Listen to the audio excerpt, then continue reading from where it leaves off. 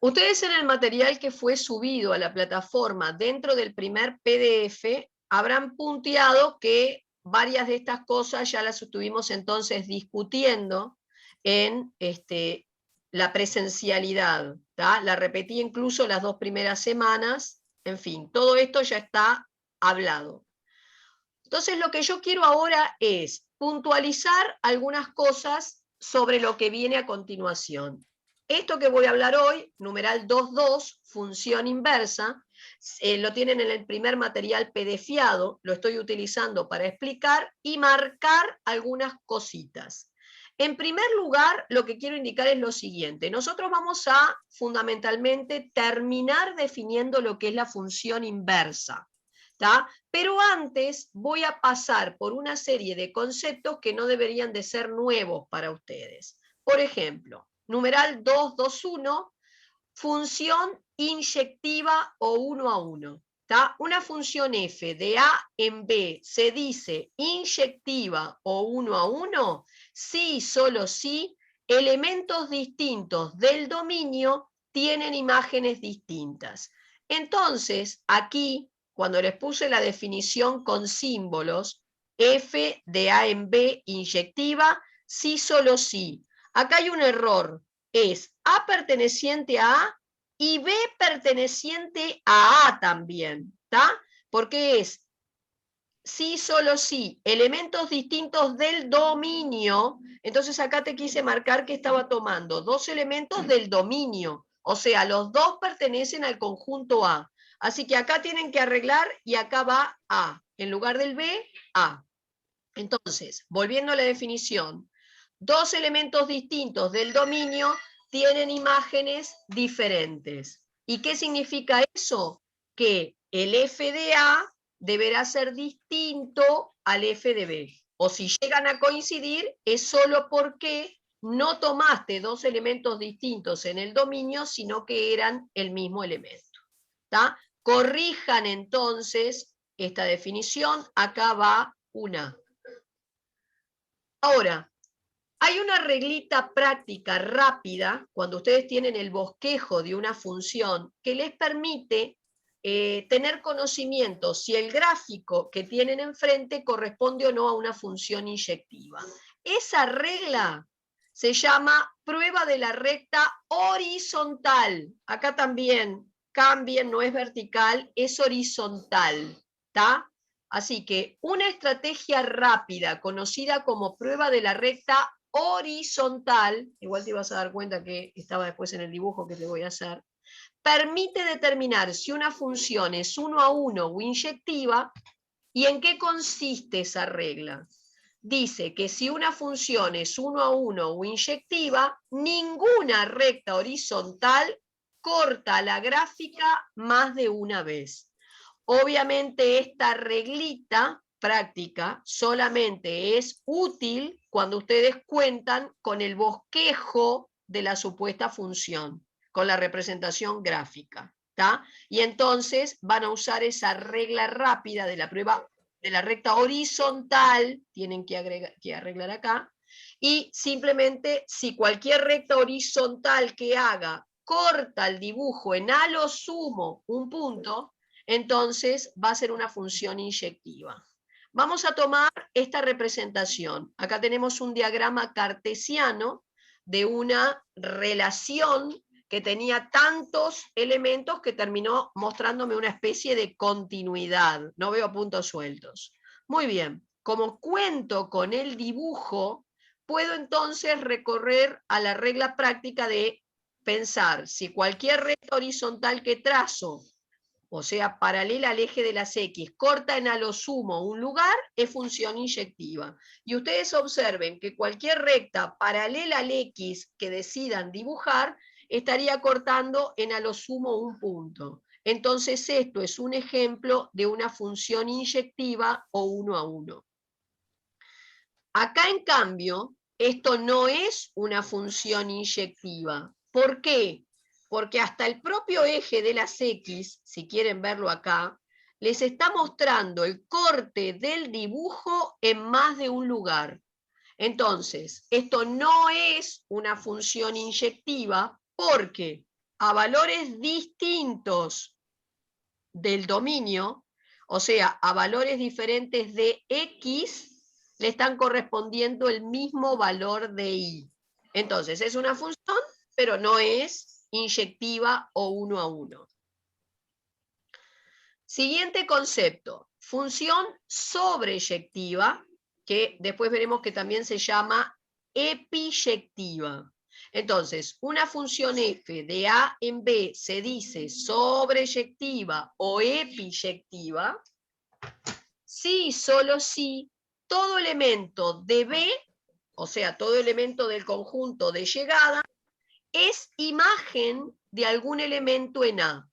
En otras palabras, no me puede sobrar nadie en el conjunto de llegada sin vincularse a alguien en el conjunto de partida.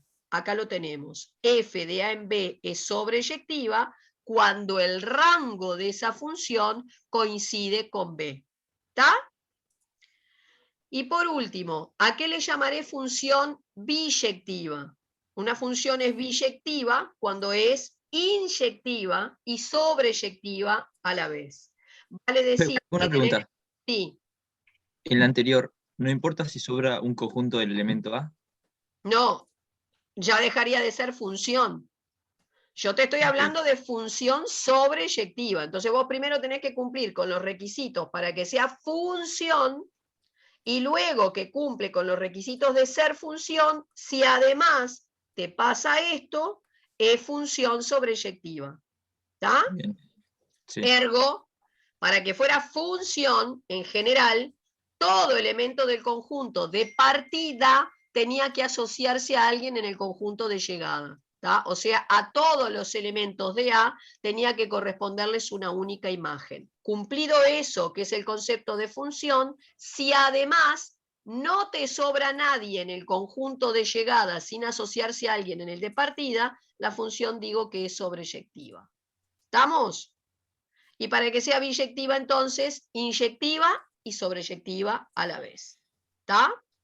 O sea, para que sea inyectiva a dos elementos distintos del dominio, le tienen que corresponder imágenes diferentes, ¿está?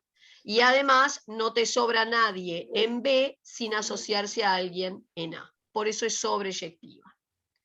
Bueno, ahora me voy a la definición de función inversa propiamente dicha, que es el encabezado grande de todo esto. ¿tá? Esto fue un preámbulo para entrar en la definición de función inversa. Entonces, la definición formal dice así: sea f una función 1 a 1, quiere decir que tiene que ser inyectiva, con dominio A y rango B. Entonces, su función inversa f a la menos 1 tiene dominio B y rango A, y se define del siguiente modo. Yo quiero que acá atiendan una cosa. Si bien la definición formal te dice que, dada una función 1 a 1, con dominio A y rango B, si me estás diciendo que el rango es B, me estás diciendo que el rango coincide con el codominio. Entonces esta función, más que ser solo inyectiva, era también inyectiva y sobreyectiva. Ergo, era biyectiva. Repito, para que no queden dudas. Si vos tenés una función 1 a 1 o inyectiva y le estás pidiendo además que el rango coincida con el conjunto de llegada, si el rango coincide con el conjunto de llegada, vos tenías una función que era sobreyectiva además.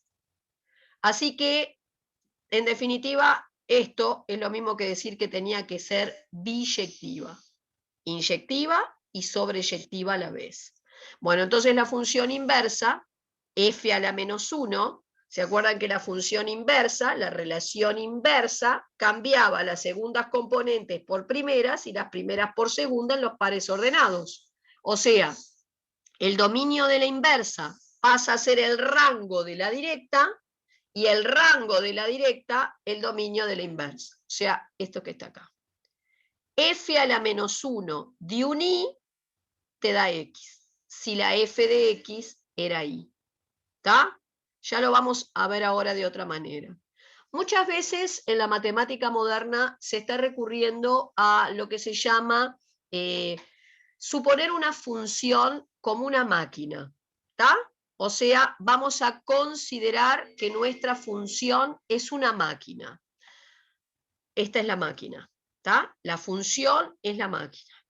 La máquina la alimentás con insumos, con elementos. Los elementos que alimentan esa máquina son los X, ¿tá? Entonces, a la máquina entra X, sometés esa entrada o ese insumo a una determinada función, ¿tá? Puede ser una operación matemática, y lo que larga la máquina es el I asociado a esa entrada, o sea, el f de x.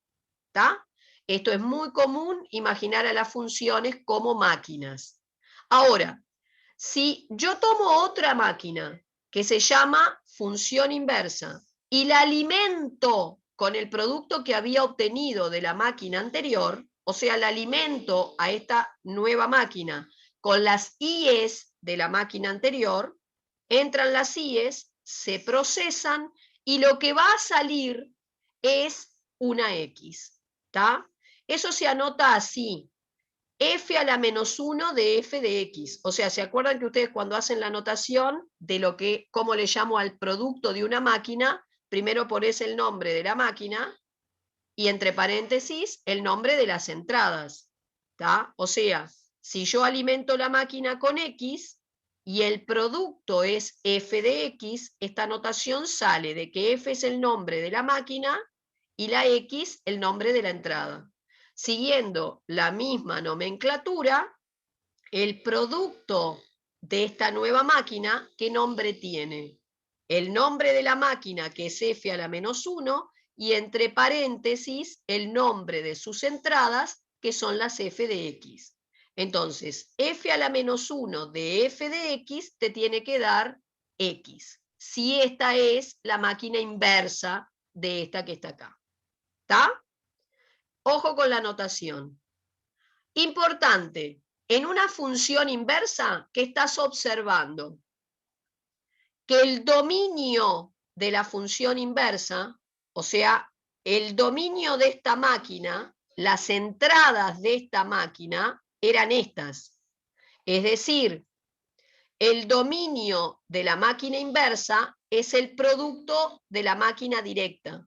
El dominio de la inversa coincide con el rango o recorrido de f. Y el recorrido de la inversa termina coincidiendo con el dominio de la f. Y esto es una característica de las funciones inversas, muy importante. Así que eso a tener en cuenta y a destacar. Desde el punto de vista práctico, cuando ustedes tienen una función, por ejemplo esta que está acá, esta es una de las funciones que estuvimos estudiando en segundo, es una función exponencial. ¿Tá? Entonces, supongamos que esta es una función f y quiero obtener la gráfica de su inversa.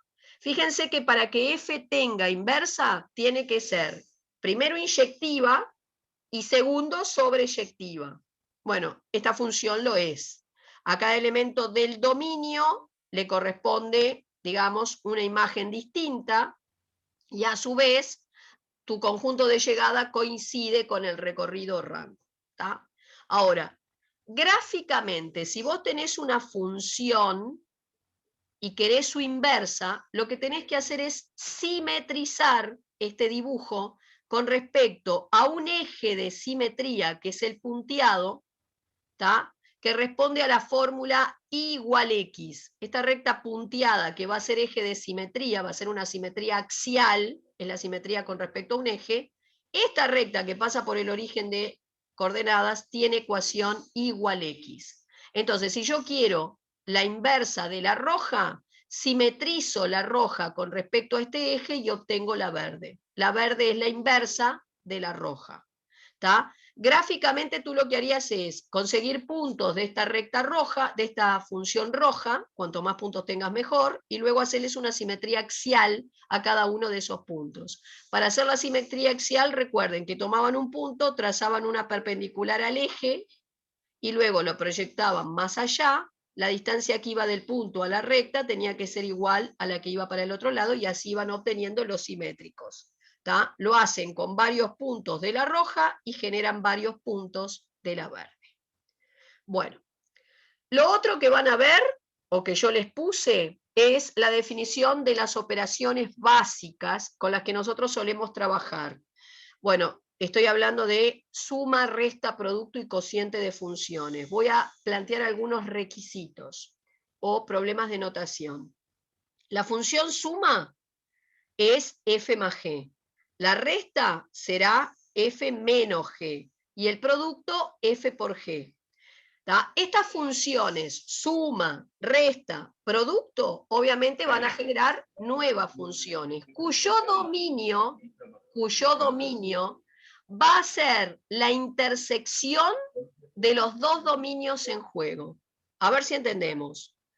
Si la función f tiene dominio A y la función g tiene dominio B, cuando yo sume la f con la g, voy a obtener una nueva función cuyo dominio va a resultar de interceptar A con B. Lo mismo para la resta, lo mismo para el producto. Si yo multiplico, por ejemplo, dos funciones, la primera con dominio A y la segunda con dominio G, la función producto termina siendo una nueva función que va a tener por dominio la intersección de los dos dominios vistos. ¿Está? En cambio, el cociente tiene un pequeño inconveniente. Si vos tenés una función f con dominio A y un g con dominio B, el dominio de la nueva función que resulte al dividir estas dos es la intersección de los dos dominios, excluyendo aquellos valores de x que anulen el denominador de g, el denominador g. Es obvio, ¿verdad? Esta función cociente tiene un problema de existencia para aquellos valores de x que anulen el denominador. ¿Por qué? Porque si tu denominador se llega a ser 0, dividir por 0 no existe en matemática. ¿Está claro? Así que para que esta función cociente exista, no podés tomar ningún valor de x que anule tu denominador. Y acá lo que les puse es una función de la vida para explicar un poco estas operaciones que tenemos. Bueno, acá tenemos la situación es la siguiente. Hay una empresa, se llama Fagua, que fabrica filtros de agua con costos mensuales de $10.000 y costos variables dados por esta expresión. A ver, recapitulemos. Cuando yo tengo una empresa, supongamos que yo soy el dueño de la empresa, siempre hay costos de funcionamiento de esa empresa, pero los costos los puedo dividir en dos grandes rubros. Lo que yo llamo costos fijos de la empresa, es decir, son gastos que tenés y que no dependen para nada de la cantidad de unidades que producís en tu empresa. Por ejemplo, dentro de los costos fijos yo puedo incluir el alquiler del local donde tengo la empresa, los impuestos que tengo que pagar, impuestos de puerta, impuestos por mantener mi sociedad, por ejemplo, si es anónima activa, en fin, son gastos fijos. Sueldos de mi personal son fijos. Mi plantilla fija de obreros va a recibir todos los meses un sueldo determinado. ¿Tá? Independientemente de que se produzcan en la empresa 50.000 unidades. Eso es un costo fijo. Pero después, la empresa tiene también lo que llamamos costos variables. Y esos costos variables generalmente se representan por un CV, costo variable, y dependen de la cantidad de unidades que se produzcan. ¿Tá? Entonces, pongámosle... los costos variables incluyen gasto por materia prima, obviamente. Si vos tenés una fábrica de zapatos y fabricás 10 pares de zapatos por mes, el gasto de cuero, tachuelas, goma, suela, será 1.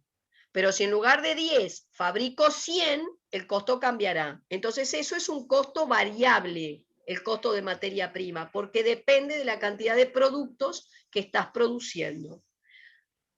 En este caso me dicen que ese costo variable se ajusta a este modelo cuadrático. ¿tá? Y te dicen, te aclaran, siempre y cuando la producción esté entre 0 y 40.000 artículos. ¿tá? Como que me dan un dominio, después vamos a ver qué se llama explícito. Bueno, me aclaran que CV está en dólares y que X denota la cantidad de filtros de agua producidos por mes. Me piden hallar una expresión para la función costo total, suponiendo que los ingresos mensuales de la empresa responden a este modelo, me piden hallar la expresión de las ganancias. Y luego, ¿cuál sería la ganancia si la producción es de 10.000 filtros? Una situación, digamos, podemos decir casi cotidiana de la vida. Muy bien, vamos a la resolución. Lo primero que me pedís es que halle la función costo total. La voy a llamar CT, costo total. Como ya dijimos, cuando hace un momento les definí, el costo total de una empresa viene dado por la suma de los costos variables más los costos fijos. ¿Está? Así que si vos querés una fórmula para este costo total, sumás la expresión del costo variable y el valor del costo fijo. ¿Está? El costo total es una función suma. ¿Cuál es el dominio de esta función suma? ¿Tá? O sea, ¿para qué valores de X existe la función suma? Según la definición de arriba, el dominio de la función suma es la intersección del dominio de esto y el dominio de esto. El dominio del costo variable, te habían dicho que era, vamos a la letra, este. El dominio del costo fijo son todos los reales, ¿está claro? Porque esta función costo fijo viene a ser una recta paralela al eje de las X. Los costos fijos siempre valen 10.000, no importa el número de productos producidos. Así que el dominio de estos son todos los reales. ¿Cuál es la intersección del dominio de esto y esto? O sea, ¿qué tienen en común los dos dominios? Este dominio. Por eso esa función costo total va a tener un dominio que va a coincidir con el dominio de la función costo variable. Ahora me voy a lo otro que me piden. ¿Cómo?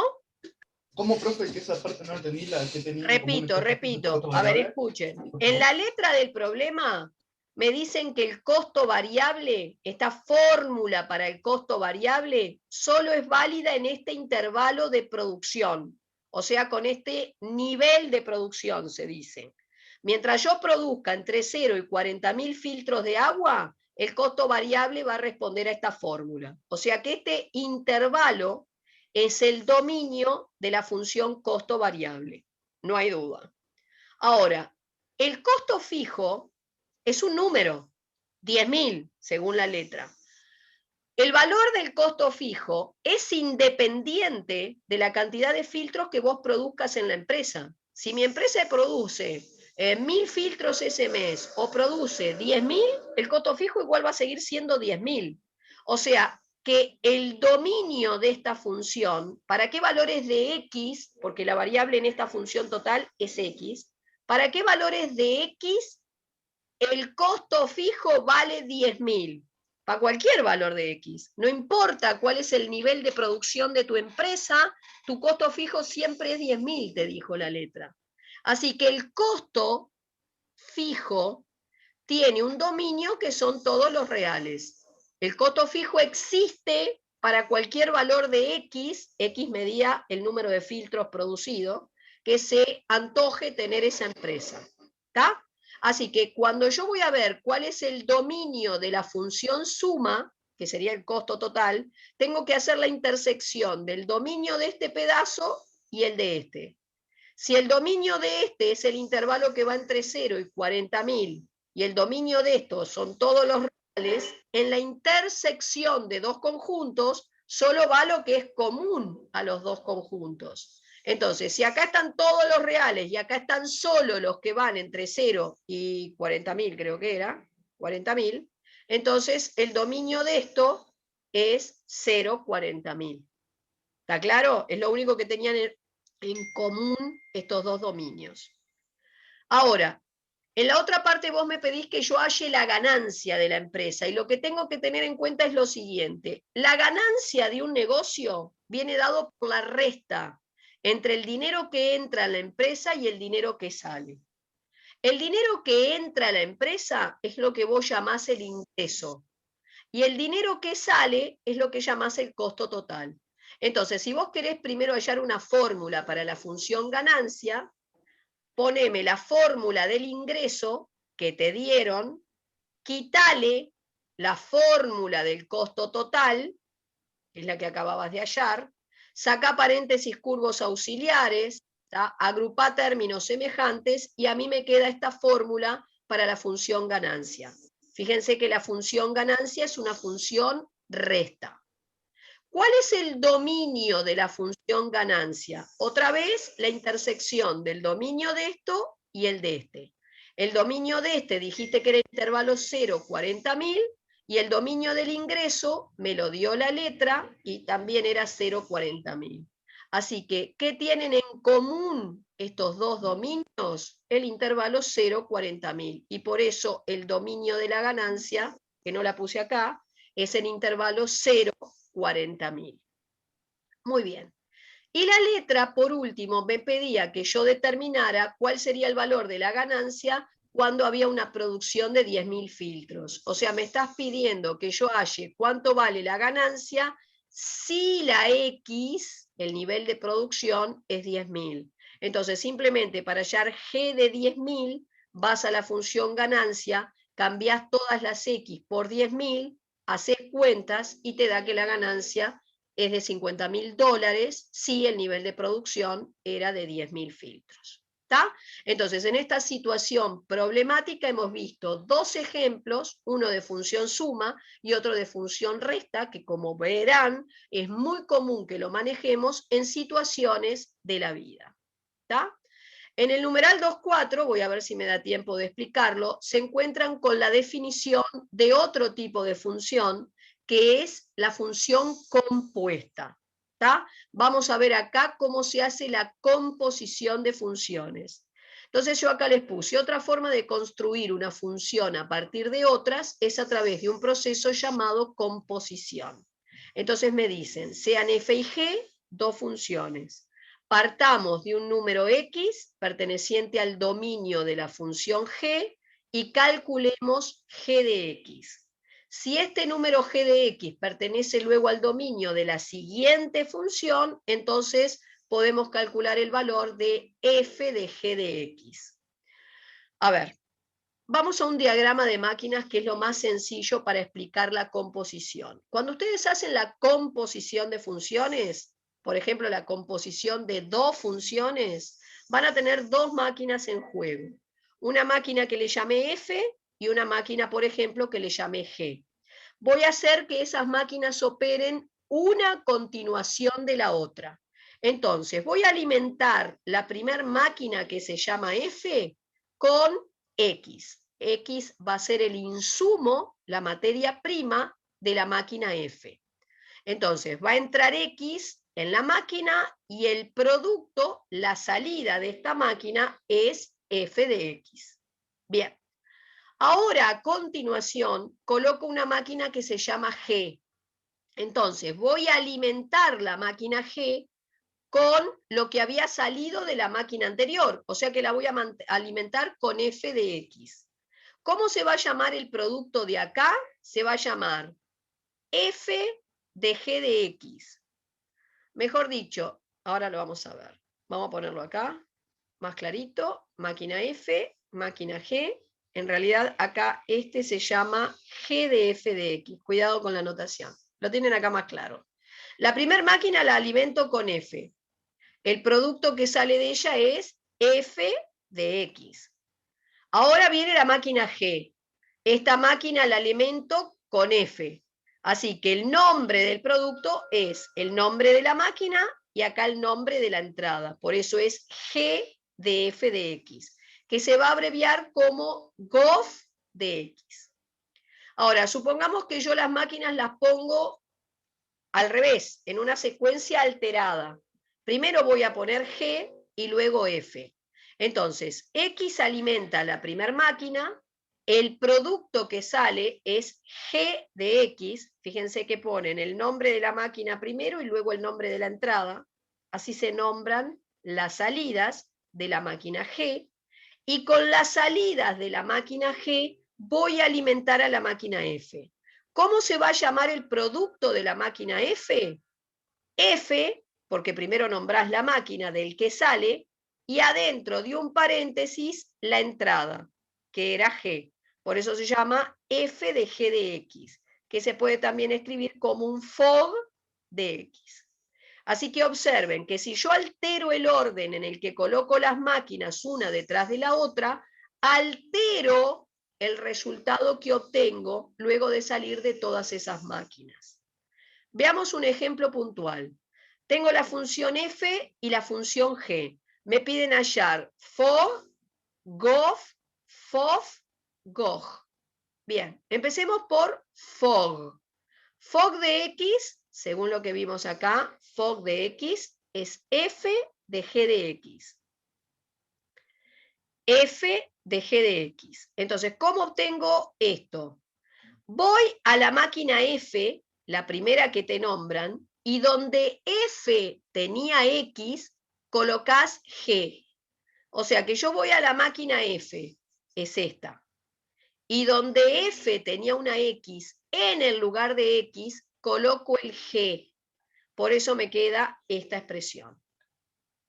¿Cómo hallaría GOF de X? Que sería G de F de X. Voy a la máquina G, la primera que me nombran, y donde la G tenía X, enchufás el F. Así que voy a la máquina G, y donde había una X, en el lugar de la X, coloco la F. Por eso me termina dando esto que está acá. Luego querés FOF, sería F de X, vas a F, la primera F, y donde la F tenía una X, volvés a enchufar F de X. Así que yo voy a la F, en el lugar de la X, cambio por X menos 4. En el lugar de la X, cambio por el X menos 4 y opero. Y GOJ sería G de X, vas a la primer G, y donde esa G tenía una X, enchufás G de X. Entonces voy a G, y donde había una X, en el lugar de la X, cambiás por raíz de X. Y así te queda raíz de raíz, que según una propiedad de la radicación, raíz de raíz, pueden escribirlo de esta manera. O sea, multiplican los índices, estos eran raíces cuadradas, 2 por 2, 4, y escribo la expresión que está acá. Y una pequeña nota, la conmutatividad en la composición de funciones no es válida, o sea que FOG de X no tiene por qué darte lo mismo que GOF de X, lo cual acá quedó clarito, ¿no?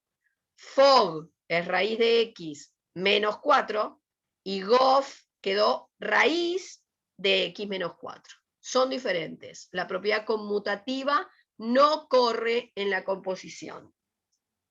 Y bueno, otra propiedad importante que acá aparece es que si vos haces la composición de una función con su inversa, en cualquier sentido, f o f a la menos 1 o f a la menos 1 o f, ¿tá? El resultado de cualquiera de estas composiciones es siempre la función identidad.